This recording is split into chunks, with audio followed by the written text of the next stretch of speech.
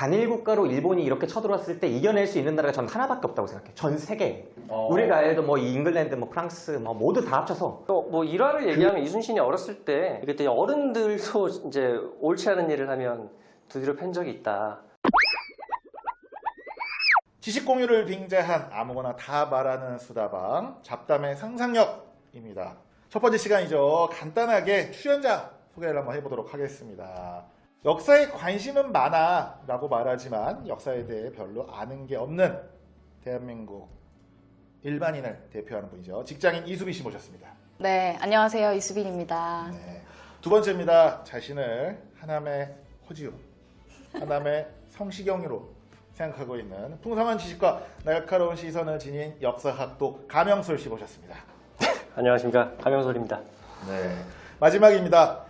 제가 봤을 때 이동진 영화평론가보다 어리고 더 잘생기고 똑똑하고 글도 잘 쓰는데 빨간 안경과 대중의 인기만 없는 남자 영화평론가 김성호 씨 모셨습니다. 네, 김성호입니다. 반갑습니다. 네, 그리고 저는 역사 스토리텔러 구선생입니다. 잡담의 상상력 첫 화를 어떻게 꾸려볼까 고민을 했었는데 제가 또 나름 역사 스토리텔러 아니겠습니까? 그리고 두 분도 어떻게 보면 역사 이야기할 때 저랑 가장 재밌게 이야기를 나누는 두 분이라서 사실상 거의 제가 이 채널을 만들면서 가장 먼저 생각했던 코너예요. 사사로운 토크. 그런데 이게 막상 역사 얘기하면 약간 매니악한 느낌이 들지 않습니까? 네, 그래서 정말 여갈못, 역사를 알지 못한, 역사를 잘 모르고 관심 없고 싫어하는 분들도 좀 들어볼 수 있는 어떤 그런 코너를 만들면 어떨까라는 기획 의도하에 만들어 봤습니다. 역알못도 들을 수 있는 역사 이야기, 사사로운 토크 본격적으로 시작해 보도록 하겠습니다. 첫 번째 주제입니다. 이순신 장군이 없었어도 임진왜란의 결과는 달라지지 않았다? 네. 이 첫 번째 주제가요. 제 영화평론가 김성호 씨랑 술 마시다가 갑자기 나온 수다를 토대로 준비를 했습니다. 이순신 장군 이야기를 한번 해볼 텐데요. 우선은 역사에 관심은 많아라고 말하지만 역사에 대해서 그렇게 관심이 있지 않은 네? 별로 아는 게 없는 일반인 대표 이수빈 씨는 이순신 장군 어떻게 기억하세요? 영화로 기억하고 있죠. 어허, 영화 어떤 영화? 근데 콘텐츠로 정말 많이 네, 나왔으니까. 뭐 명량해전, 명량해전. 네네. 네, 명량. 죄송해요. 제가 너무 떨려요. 이 두 분 앞에서 뭐 이순신 장군을 입에 올리는 것도 너무 부끄러운데 네, 명량. 어쨌든 최근에 본 이순신 장군을 주제로 했던 영화는 명량이었고 또 곧 뭐 개봉하지 않아요? 네, 그렇죠. 뭐지? 명량이 가장 먼저 한 2014년쯤에 아, 그랬구나. 최근에 나온 게 한산. 아, 한산 맞아요. 한산을 네. 받고 그렇죠. 또 뭐 노량인가 나오지 노량이 않나요? 지금 이제 곧 예, 예, 예. 나오는 요 정도만 이제 기억을 하고 계시는 건가요? 예, 뭐 그리고 여기까지. 예. 그리고 이게 이순신 장군 하면 빼놓을 수 없는 게 기본적인 하나의 사건이죠. 이제 7년 전쟁이라고도 불리는 이제 임진왜란 이야기를 안 할 수가 없는데 수빈 씨는 임진왜란 어디까지 알고 계시나요? 임진왜란이요. 일본이 네, 수빈 씨 일본이- 이러려고 수빈 씨를 아, 그래요? 섭외한 거니까 아, 그래요? 마음 편하게 무식을 뽐내셨습니다. 제 사회적인 또 이미지가 있으니까. 아, 네, 맞죠. 그렇죠. 그쵸, 말씀해 그쵸. 보시죠. 한번. 네, 어쨌든 임진왜란 저는 그냥 그것만 알아요. 일본이 처음에는 한국을 정말 수루해서 중국인가요? 그때 그러니까 지나쳐서 그냥 지나쳐서 중국을 차지를 하려고 했는데 정말 쉽게 봤는데 네. 그 바다부터 못 뚫어가지고 그래서 계속 뚫으려고 열심히 했지만 네. 뭐 한 번도 해전에서 진 적이 없는 이순신 장군이 네. 임진왜란 때 또 물리쳤던 그 12척의 배 어허. 뭐 그 아닌가요? 어우, 아주 정확합니다. 예, 예. 아우, 정말.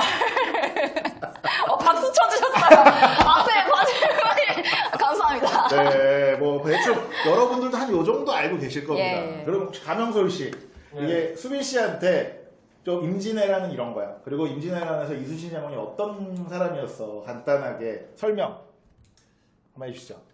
뭐 임진왜란은 지금 말씀하신 것처럼 이제 일본 쪽에서 이제 얘기하는 뭐 처음에는 정명향도, 정명가도 이런 걸 요청을 하면서 명나라로 진출하기 위한 길을 뭐 내달라는 명분으로 이제 정명가도 뭐죠? 그게 뭐예요? 물어보려고 그랬어요.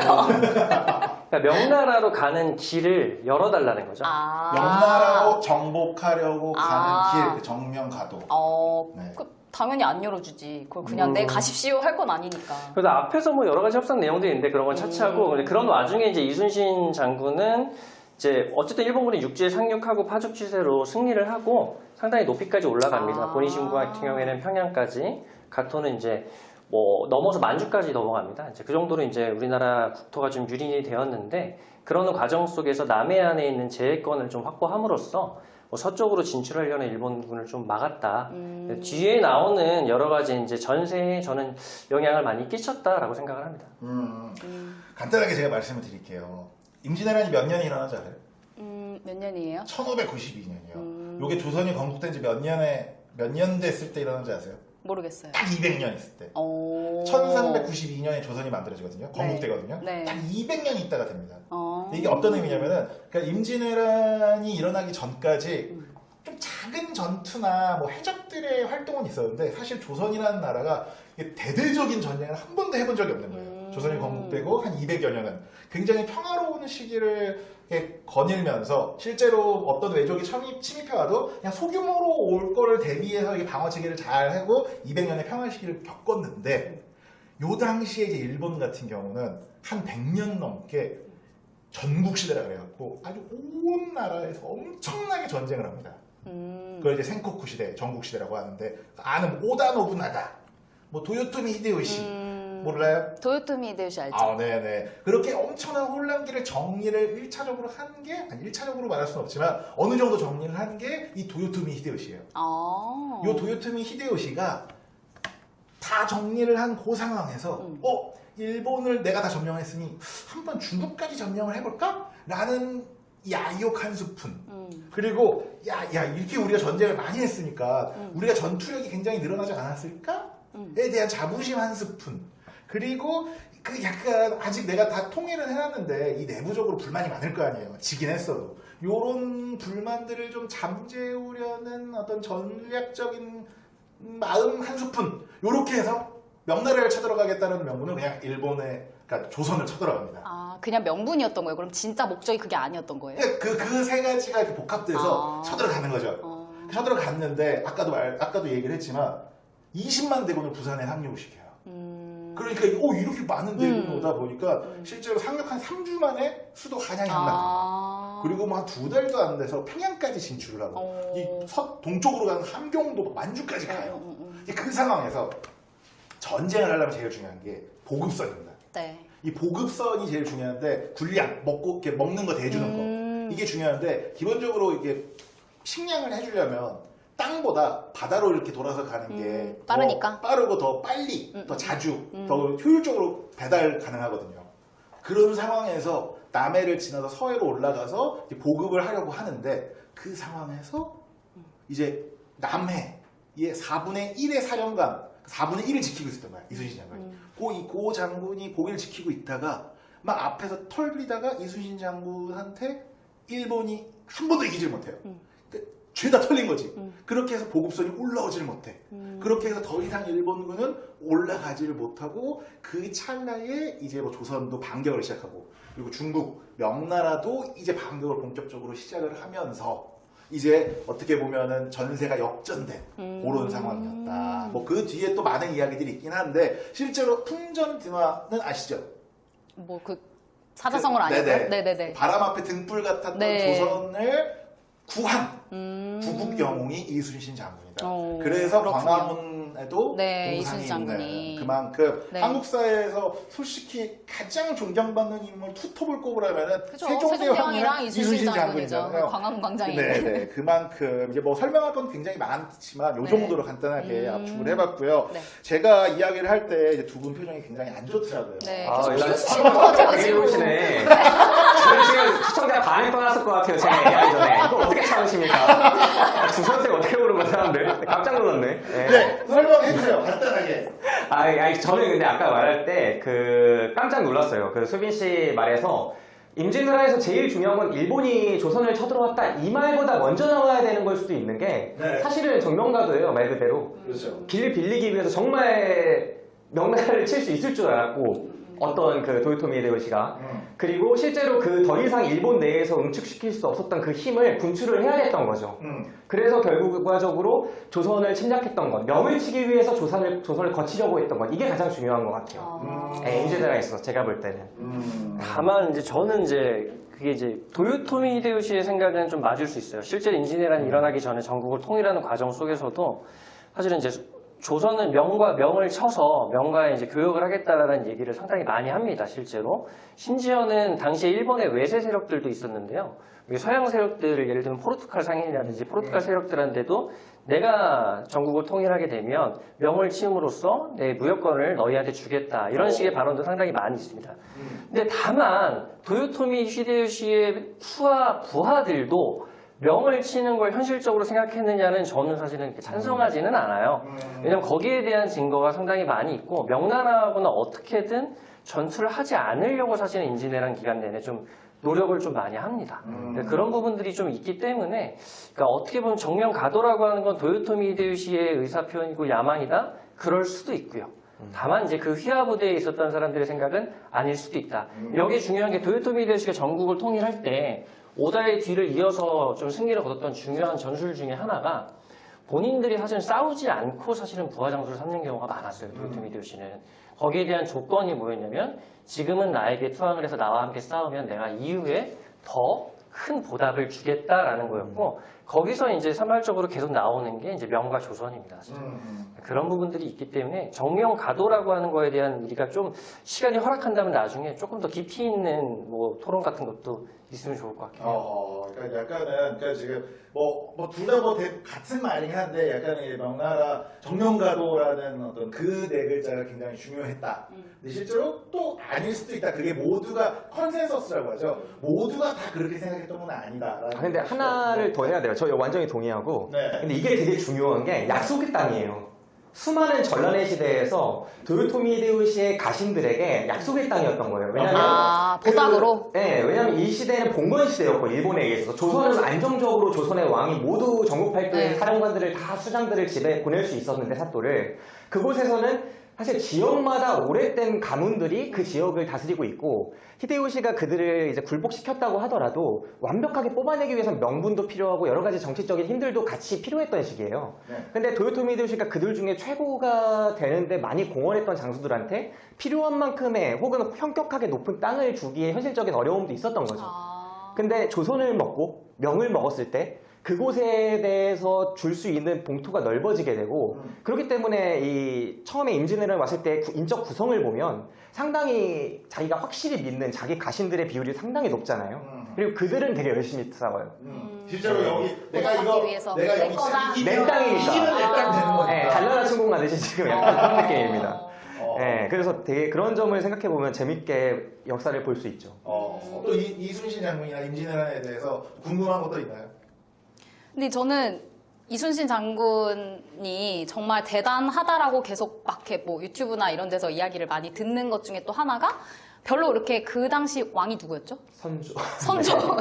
비웃으신, 지금 비웃으신 거예요? 저희 약간 차를 켜네. 내가 생각한 거랑 달라서 질문이 나갔다 오세요. 죄송합니다.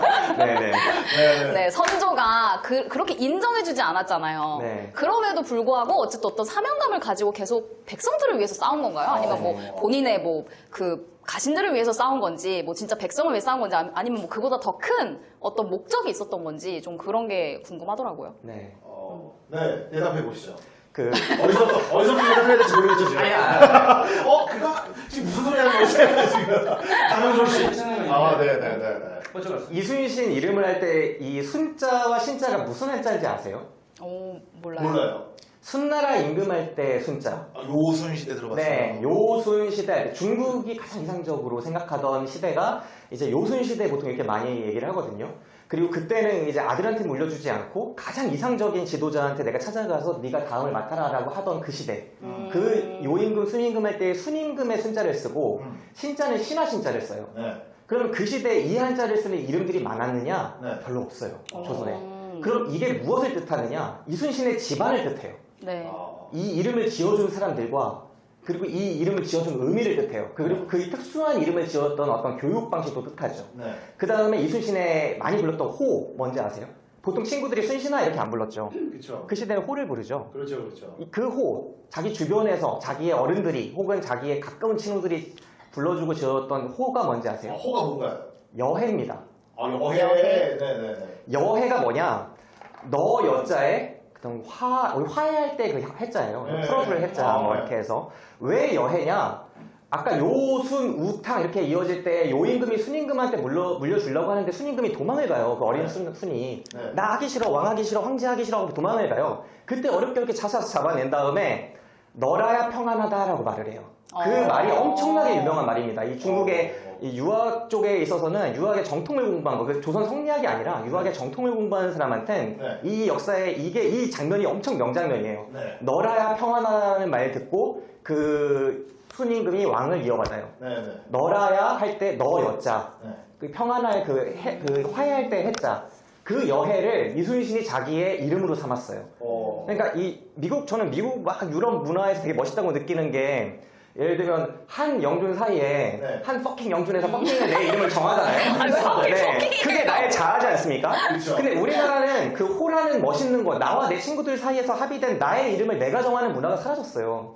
근데 그 시대엔 있었고 그 멋진 이름으로 이순신이 선택한 게 그 무리에 선택한 게 여해예요. 그럼 내가 성인이 됐을 때 20살이 됐을 때 약관의 나이에 내 인생의 이름으로 내가 이렇게 살고 싶다를 뜻한 게 자기의 이름과 일치하죠. 흔하지 않았던 이름 순나라의 그 순임금의 순자와 그의 신하처럼 살겠다의 신자. 정말 이상적인 임금의 신하로 살아라라고 네. 그 이순신의 부모와 할아버지 또는 그 가문이 지어줬고 지어놓고 자기는 20살에 그거를 이어받겠다고 결심하고 여해를 선택한 거죠. 그러면 이것이 일생하고 이어져요. 그 순임금의 자세, 내가 옳다고 믿는 것, 유학에서 말하는 그 논어와 맹자와 대학에서의 말하는 삶의 방식이 이순신의 삶의 방식하고 정확하게 일치합니다. 네, 그래서 저는 이게 선조의 어명을 사실 엄청 어기잖아요. 그리고 진짜 명장면인 게 선조가 한번 백의종군 한 다음에 고문을 그렇게 받고 그 고문을 면회 한번 하겠다고 어머니가 서해에 그 이순신의 옛날 부하들이 막 태워가지고 배로 타고 올라오다가 풍랑 만나서 배 위에서 돌아가셔요. 그런 고충을 안고서 다시 이제 백의종군에서 돌아가잖아요. 근데 처음 하는 일이 뭔지 그때 얘기했는데 기억하세요? 어명을 어겨요. 어명이 그때 내가 보니까 선조가 보니까 너 그냥 해군이 12척밖에 없다는 걸 내가 늦게 들었는데 그냥 합치자 육군이랑 권율 밑에 들어가라라고 해요.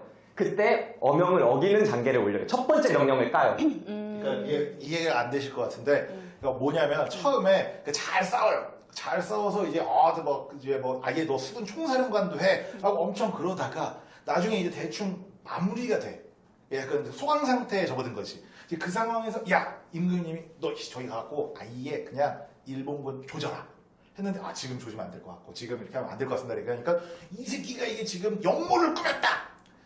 그래서 애를 한양으로 압송시켜서 모진 고문과 거의 죽일 듯하게 저걸 한 상태입니다. 그 상황에서 원균 알아요? 그 영화에서 봤습니다. 그러니까 그 상황에서 다른 어떻게 보면 사령관이 일본이랑 일본군이랑 싸웠다가 아주 대패를 해요. 일본 수군이 없어져요. 그러니까 우리 조선 수군이 없어지다시피 해요. 그 상황에서 선조가 다시. 미안하다면서 야 너가 가서 다시 한번 잘해봐 해서 지금 보낸 이 상황인 거예요. 그런데도 첫 번째 명령이 내려왔는데 그 명령을 깐다니까요. 근데 이게 일반적으로 우리 공무원 그냥 5급 공무원을 생각해도 그 결정하는 사람 전국 그 5급 공무원 중에 한 명도 없을걸요. 그 상황에 가했을 때. 근데 이 사람은 까요. 그러니까 이 왕에 대한 충성도 아니고 다른 무엇도 아닌 거예요. 그냥 삶의 방식인 겁니다. 이렇게 결정한다는 거는. 그렇죠. 그런 것 같네요. 특이한 이름과 호를 이어받은 사람의 결정인 거죠. 좋습니다. 지금 계속 얘기를 하다 보면 이제 유학 계속 이제 이것저것 다 나올 것 같아서 네. 다시 이제 이순신과 임진왜란으로 좀 좁혀서 이야기를 하면 해주실 말씀 더 있어요? 아까 질문이나 이런 거. 이름은 저도 상당히 신박한 얘기였던 것 같고요. 그러니까 일화를 얘기하면 이순신이 어렸을 때 사실 그 골목대장처럼 이렇게 애들을 많이 끌고 다녔다고 해요. 근데 그때 어른들도 이제 옳지 않은 일을 하면 두드려 팬 적이 있다. 라고 할 정도로 본인이 이제 옳다라고 생각하는 거에 대한 확신, 그걸 추진하는 능력, 이런 부분들이 있기 때문에 아마 이제 뒤에 나오는 이제 임진왜란 때 이순신을 이해하는 데는 분명 그런 성격이 존재했던 건 맞는 것 같다. 그러니까 뭔가 누구한테 인정을 받으려고 하거나 그런 게 아니구나. 아니면은 뭐 이렇게 다른 뭐가 있는 게 아니라 실제로 나 그냥 이 스스로의. 사람 자체가 굉장히 고지식하고 자기가 옳다고 하는 신념 그리고 국가와 어떤 뭐 그 당시에 뭐 국가 뭐 민족에 대한 개념은 없었겠지만 어떤 국가에 대한 헌신이나 이런 것들로 아주 가득 찬 사람이었다. 다만 이제 이런 관계에서 이제 예전에 녹든도 사건에서도 보서 알 수 있듯이 상관이랑은 지속적으로 부딪힙니다. 네. 이게 뭐냐면 이순신 장군이 매번 바다에서만 싸운 건 아니에요. 그 전에 저 만주 저그 이렇게 말갈족 막 이런 쪽에도 한번 간 적이 있었거든요. 거기서도 그 상관이 A라는 지시를 했는데, 네. 그러니까 그냥 후퇴해 안 됩니다. 전술적으로 생각했을 때 자기가 그게 납득이 안 되니까. 그래서 지켜내고 어느 정도 이렇게 회복을 하는. 그래서 실제로 그걸 딱 보고 상관은 오히려 이 새끼가 어겼다. 이 새끼가 내 명령 불복 좀 했다라고 막 이렇게 보고도 올리고 그래요. 이제 그 얘기를 하는 거죠. 그렇죠. 네. 네. 그때도 상관이랑 꾸준히 사이가 안 좋았다. 네. 나중에 수군 총사령관이 됐음에도 불구하고 자신의 직속 상관이 선전을 제대로 듣지 않았다. 네. 나중에 이제 거기에 관계된 얘기는 또 하고 싶기도 한데 네. 우선은 뭐 그런 게 이제 이순신의 성격인 것 같다. 왜냐면 제가 지금 봤더니 지금 이 상황에서는 이 가정에 대한 이야기를 이번 시간에 다 못할 것 같아서 여기서 이순신에 대한 Q&A 시간을 갖고 이순신과 임진왜란에 대한 Q&A를 완벽하게 끝내고 그 다음에 이제 다음 이야기를 하는 게 맞는 것 좋네요. 같아서 네. 또 궁금한 거 있으면 물어보세요. 그리고 카메라 뒤에 계신 분들도 궁금하신 게 있으면은 Q&A를 하고 한 5분 정도 더 진행하고 시간을 갖고 그 다음에 이제 다음 시간으로 넘어가도록 하겠습니다. 혹시 더 궁금한 거 있어요? 다음 주에 있어요? 아, 네. 지금 녹화는 안 했어? 그 소리 세계 녹화인데. 지금 배고프거든요. 아, 네네. 그럼 여기서 마무리 지어요? 네, 빨리 궁금한 거 있으면 물어봐요. 아니 뭐 근데 깊이 알아야 질문도 또 깊이 있는 질문을 할 수 있기 때문에 네. 뭐 아직 두 분의 생각이나 이순신 장군이나 임진왜란에 대해서 두 분 이야기는 또 많이 못 들어본 것 같아서 이야기를 해주시면 제가 그러니까 궁금한데. 임진왜란 얘기를 할 때 물론 나중에 그런 것도 좀 있게 또 누구나 이제 알고 있는 생각이지만 모르신다는 전제하에 가정하에. 얘기를 들면 그러니까 임진왜란이라고 하는 전쟁 자체를 우리는 당사자이기 때문에 당사자의 입장에서 좀 어떻게 보면 입장을 그 안에 너무 집어넣고 바라보는 경향이 분명히 있다. 이제 좀 그렇지 않고 조금만 넓게 넓게 좀 바라본다면 당시 이제 오랜 시간 발전하지 못했던 해양 세력이 어떻게 보면 대륙 세력으로서 이제 진출을 꾀했던 시기와 맞물려 있다. 그런 과정 속에서 일어났던 동아시아의 이제 국제 전쟁이고 뭐 엄청난 규모의 대군들이 사실은 싸웠죠. 도합 합치면 40만이 이제 넘을 거예요. 40만도 훨씬 넘는 병력들이 전쟁을 했기 때문에 당시의 인구 구성을 봤을 때는 엄청나게 큰 전쟁이라고 볼 수가 있겠죠. 그래서 이 이후에 동아시아 역사도 많이 바뀌게 되는 변곡점을 맞이하기도 하고, 뭐 우리가 때로는 뭐 일본을 이야기할 때 메이지 유신을 많이 이야기를 해요. 메이지 유신기를 거치면서 메이지 유신에 성공한 일본이 우리를 좀 점령하게 됐고 일제강점기를 거쳤다라는 얘기를 하지만 사실은 이전부터 사실 일본은 넓은 상업활동을 바탕으로 그 다음에 수많은 전투를 바탕으로 해서 사실은 부국강병을 어느 정도 많이 이뤄놓은 상황입니다. 이제 거기에 대한 폭발이고 사회적으로 봤을 때는 그 폭발과 그거의 그 흐름에 이제 제대로 쫓아가지 못했던 조선은 좀 그런 부분에서 큰 피해를 좀 당하게 된 사건이지 않나. 이해하셨어요? 뭐 한 3분의 1 정도는 알아는 거. 생각보다 규모가 컸다. 네. 그러니까 그냥 우리가 생각했을 때 일본이 쳐들어왔어요. 그리고 조선이 막았어요. 해전을 해요. 뭐 이런 게 그게 아니라, 실제로 스케일 하나의 자체가 국제전쟁, 40만이. 국제전쟁이라는 만큼 굉장히 규모가 컸다. 그리고 두 번째는 우리가 항상 일본 하면은 정말 최근 들어서야 그러니까 뭐 한 100년 전에 이제 우리를 앞서기 시작했고 왜냐하면 우리가 맨날 그런 얘기 듣잖아요. 그러니까 고구려 신라 백제한테 일본이 항상 뭐 문물을 많이 받아들였어요. 일본은 항상 후진국이었어요. 그러다가 갑자기 이 새끼들이 뭐 근대화하더니 우리를 지배했어요. 라고 인식이 되고 보통 교육받는 것과는 다르게 이미 이 당시에도 국력면에 있어서 일본은 이미 조선을 그러니까 우리나라를 많이 뛰어넘었다. 그런 걸 보여주는 상징적인 사건이 바로 임진왜란이었다라는 이야기를 하셨죠. 그렇죠. 그러니까 완전히 등치시키기는 어렵지만 인구가 역사에서는 어쨌든 그 나라의 국력이라고 하는 것도 일견 맞는 부분이 있는데 이미 당시 일본은 조선의 인구를 훨씬 상회했죠. 그렇죠. 뭐 하시고 싶은 얘기가 있어요? 아, 이거 유튜브니까 자극적으로 하자면 네. 그 당시에 일본이 이제 임진왜란과 정유재란 두 번 합쳐서 그렇게 들어오는 것들을 단일 국가로 그 1592년, 1595년 뭐 이런 시점에 1590년대 중반에 단일 국가로 일본이 이렇게 쳐들어왔을 때 이겨낼 수 있는 나라가 전 하나밖에 없다고 생각해요. 전 세계에. 우리가 알던 뭐 잉글랜드, 뭐 프랑스, 뭐 모두 다 합쳐서 그 1590년대 중반에 오로지 명만이 이길 수 있었어요. 일본이 쳐들어왔을 때 단 한 나라. 그러니까 물론 이제 지리적으로 네. 갑자기 일본이 그 임진왜란 일으켰을 때, 야 우리 어차피 우리 지금 이길 수 있는 상대가 아무도 없으니까, 야 우리 잉글랜드를 쳐들어가자 할 수는 없잖아요. 그러니까 가까웠다면. 가까웠다면 전 세계 모르지만. 몇 가는 중국 빼고 다 이길 수 있었다. 아. 네.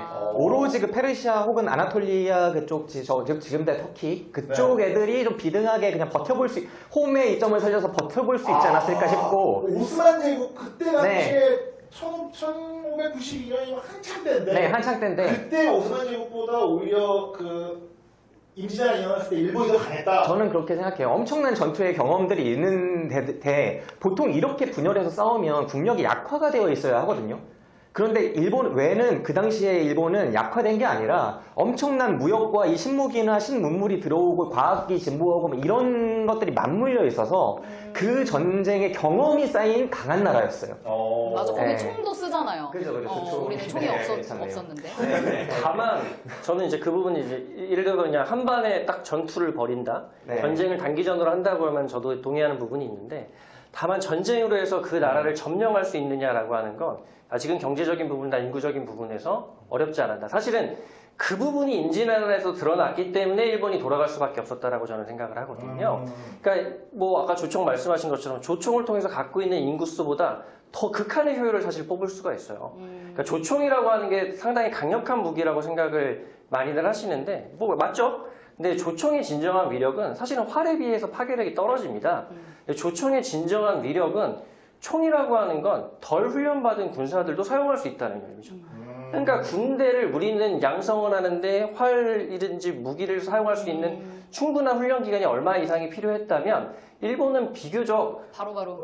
여러 일반인들까지도 사실은 전쟁에 동원할 수 있는 능력을 좀 갖춰갔죠. 그런 부분으로 치면은 본인이 갖고 있는 인구수보다 더 큰 힘을 파괴력을 가지고 전투는 수행할 수 있겠지만 그걸 지속적으로 차지하고 있을 수 있느냐? 더더군다나 일본의 전국 시대의 과정 속에서 왜 사실은 피해량이 적었냐라고 한다면 이 얘기는 여러 번 얘기 나왔던 것 같은데, 일본의 전쟁은 섬나라의 역사, 옛날에 한번 저랑 얘기한 적이 있는데 섬나라에는 역사적 특수성이 좀 사실 존재해요. 그래서 전쟁을 할 때 우리처럼 선멸전의 개념이 조금 사실은 좀 아닙니다.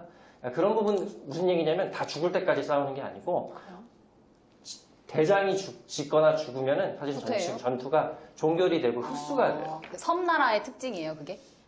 뭐 그런 부분들이 있다라고 하죠. 그러니까 왜냐면 요거 나중에 좀 랩피셜 길어지는데 랩피셜일 수도 있는데, 기본적으로 섬나라는 약간 이제 우리만 있다, 동떨어져 있다라는 생각 때문에 인해 전술이 안 되는 내가 거예요? 이게 너 죽고 나 죽자 하면은 진짜 다 죽는다고 어. 그냥 컨센서스가 있다, 어. 섬나라 특유의. 그런 얘기를 예전에 강원소 씨가 하시긴 했는데 그 얘기예요.